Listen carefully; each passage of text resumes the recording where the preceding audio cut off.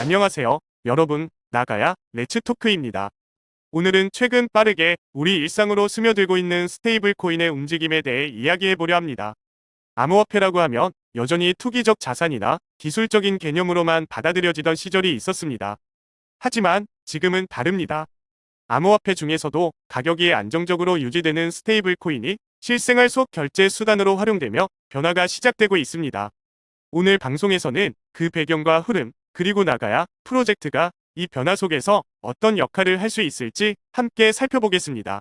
스테이블 코인은 더 이상 개념적인 자산이 아닙니다. 실제로 한국에서도 이 암호화폐를 이용한 실생활 결제가 점점 늘고 있습니다.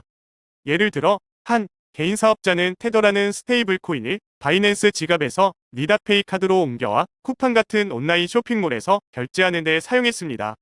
이처럼 암호화폐가 실제 식사나 쇼핑 같은 일상 활동에 쓰이고 있는 것입니다. 스테이블 코인의 가장 큰 장점은 가격 변동성이 거의 없다는 것입니다. 비트코인이나 이더리움은 하루에도 수십 %씩 가격이 오르내리지만 스테이블 코인은 달러나 금과 같은 안전자산에 연동돼 있어 가치가 안정적으로 유지됩니다. 테더나 USD 코인처럼 달러의 1대1로 연동되는 스테이블 코인은 사용자들이 안심하고 사용할 수 있는 디지털 자산입니다. 글로벌 시장에서 스테이블 코인의 사용량은 폭발적으로 증가하고 있습니다. 작년 2월에는 약 1960만 개의 활성 지갑이 존재했는데 올해 2월에는 3천만 개로 1년 사이에 53%나 증가했습니다. 스테이블 코인 시가총액 또한 2,380억 달러를 넘어서며 전년 대비 50% 이상 성장한 수치를 기록했습니다. 미국은 이 같은 흐름을 기회로 활용하고 있습니다. 트럼프 대통령은 스테이블 코인 제도화를 통해 디지털 방식으로 달러의 지배력을 유지하고 이 과정에서 미국 국채 수요도 창출하겠다는 전략을 제시했습니다. 실제로 미국 하원과 상원은 스테이블 코인을 규율할 법안 초안을 통해 스테이블 코인의 준비 자산으로 미국 국채를 명시했습니다. 이는 스테이블 코인이 활성화될수록 미국 금융시장에도 긍정적인 영향이 가는 구조입니다. 하지만 달러 기반 스테이블 코인의 확산은 다른 나라들에겐 부담이 될 수 있습니다.